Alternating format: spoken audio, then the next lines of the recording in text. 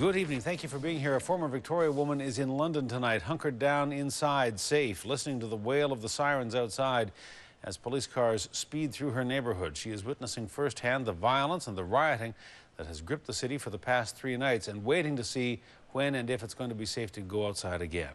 The City of London is relatively calm tonight as some 16,000 police are flooding the streets trying to quell the worst rioting in a generation. London is hardest hit, but the riots have spread to at least 6 other British cities. A News reporter Stephen Andrew has the latest. Gangs of youths on London streets, mostly on a violent rampage, burning cars, homes and businesses, and looting everywhere, most of it unchecked. The level of the sirens that I hear even outside my windows tonight are huge. London has seen riots before, but nothing like this. And for the 3rd straight night, British police have been overwhelmed. Tuesday morning, areas of the city still smouldering. And for Londoners making their way to work, including a former Victorian, even the city's underground, once a refuge from the bombs of the Second World War, feels unsafe when passengers are told to get off the train due to a fire on the route ahead that is still burning from the night before. There was a palpable feeling that there's no way I'm staying underground at this point. And so even if that train had continued, at least I would say 80% of the people sitting on the train got off. It all started Saturday night after a controversial police killing of a suspected gang leader. And it appears no one is immune to the violence, from big business to local convenience store operators. Oh my God! I don't know why people do this.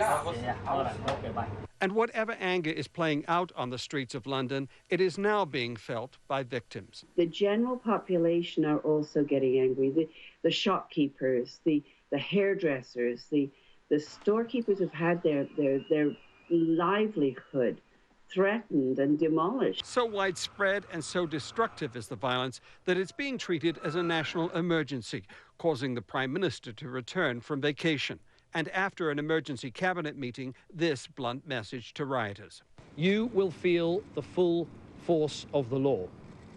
And if you are old enough to commit these crimes, you are old enough to face the punishments. 16,000 police will patrol London tonight in an attempt to curb the violence. But most business owners are taking no chances.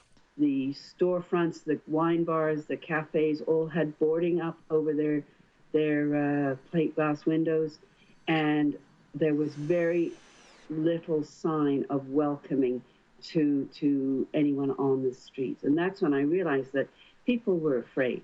The city's jails are full. 600 people have been arrested, and estimates place the damage at more than $160 million. And it's not just London. In the past 24 hours, the problem has spread to at least 6 other cities. In Victoria, Stephen Andrew, A News.